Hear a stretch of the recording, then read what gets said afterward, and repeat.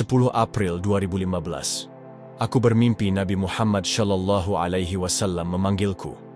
Beliau bersabda kepadaku, "Anakku Qasim, sebelum hari kiamat akan muncul 4 tanda besar. Dan tanda besar kiamat yang pertama adalah kemunculanmu, anakku." Aku sangat terkejut mendengar sabda beliau. Dalam mimpi itu aku melihat diriku berkonsultasi dengan seorang ulama untuk mengonfirmasi kebenaran tentang tanda pertama kiamat ini.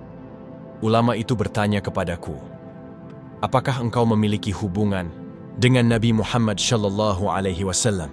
Aku menjawab, "Beliau adalah ayahku, dan orang-orang biasa memanggil beliau dengan nama Abu Al-Qasim." Setelah itu, ulama tersebut berbicara dengan orang-orang mengenai persoalan ini. Lalu ia kembali kepadaku dan berkata, "Qasim, tanda pertama sudah diperlihatkan oleh Allah, dan tanda-tanda besar yang lain akan segera datang dengan cepat."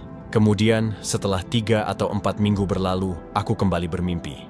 Dalam mimpi itu, Nabi Muhammad Shallallahu Alaihi Wasallam bersabda, "Tanda besar yang kedua akan diperlihatkan pada tahun yang akan datang, yaitu kemunculan Dajjal." Beliau juga menegaskan bahwa 2 tanda besar terakhir adalah turunnya Nabi Isa alaihi salam dan kehancuran yang dilakukan oleh Ya'juj dan Ma'juj. Kesimpulan takwil. Bismillahirrahmanirrahim. Saudaraku sekalian, mimpi-mimpi Muhammad Qasim bukanlah mimpi biasa, melainkan itu adalah mubasyirat, kabar gembira yang dibimbing langsung oleh Allah Subhanahu wa Ta'ala. Perhatikan, dalam mimpi ini Rasulullah Shallallahu Alaihi Wasallam bersabda, "Anakku Qasim, tanda besar kiamat yang pertama adalah kemunculanmu." Kalimat ini bukan main-main. Ini adalah deklarasi dari langit. Tanda besar kiamat yang pertama bukanlah gunung runtuh, bukan pula bintang jatuh, melainkan kemunculan Muhammad Qasim. Maka siapakah dia kalau bukan orang yang dijanjikan? Nabi Shallallahu Alaihi Wasallam menegaskan, tanda-tanda berikutnya adalah munculnya Dajjal, turunnya Nabi Isa alaihi salam, dan keluarnya Ya'juj dan Ma'juj.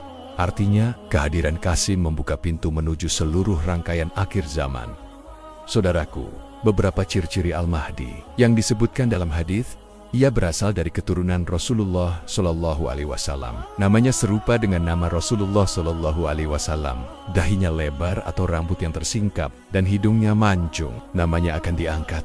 Meski manusia menolaknya, ia akan tampil di tengah fitnah besar ketika dunia penuh kegelapan dan kezaliman, karena Allah yang akan langsung membimbingnya dalam bentuk mubasyirat. Semua tanda itu ada pada Muhammad Qasim bin Abdul Karim, maka jelaslah, Qasim bukan seorang biasa, tapi dialah Al-Mahdi yang dijanjikan Allah untuk menegakkan kembali keadilan di bumi. Namun, apa yang terjadi hari ini? Banyak orang menolak, banyak ulama menutup telinga. Sama seperti Bani Israel yang menolak Musa alaihi salam, sama seperti kaum Quraisy yang menghina Rasulullah Shallallahu Alaihi Wasallam. Padahal, menolak Qasim berarti menolak tanda besar Allah. Karena itu, wahai kaum muslimin, jangan sampai kita termasuk golongan yang berpaling. Sebab Rasulullah Shallallahu Alaihi Wasallam sudah berpesan, barang siapa yang mengingkari kemunculan Al-Mahdi, maka ia telah mengingkari terhadap apa yang diturunkan kepada Muhammad. Maka, berhati-hatilah, jangan sampai lidah kita menghina sementara hati kita buta, karena sesungguhnya dengan mimpi-mimpinya Allah telah menyingkap siapa Qasim sebenarnya. Dialah yang akan memimpin umat ini. Dialah yang akan menyiapkan panggung bagi turunnya Nabi Isa alaihi salam, dan bersama Nabi Isa alaihi salam akan menghadapi Dajjal. Wallahu a'lam bishawab. Rasulullah Shallallahu Alaihi Wasallam bersabda, "Wahai sekalian manusia, sesungguhnya kabar kenabian telah tiada, kecuali mimpi yang baik yang dimimpikan oleh seorang muslim, atau mimpi yang diperlihatkan kepadanya." Hadis Sunan Ibnu Majah, nomor 3889.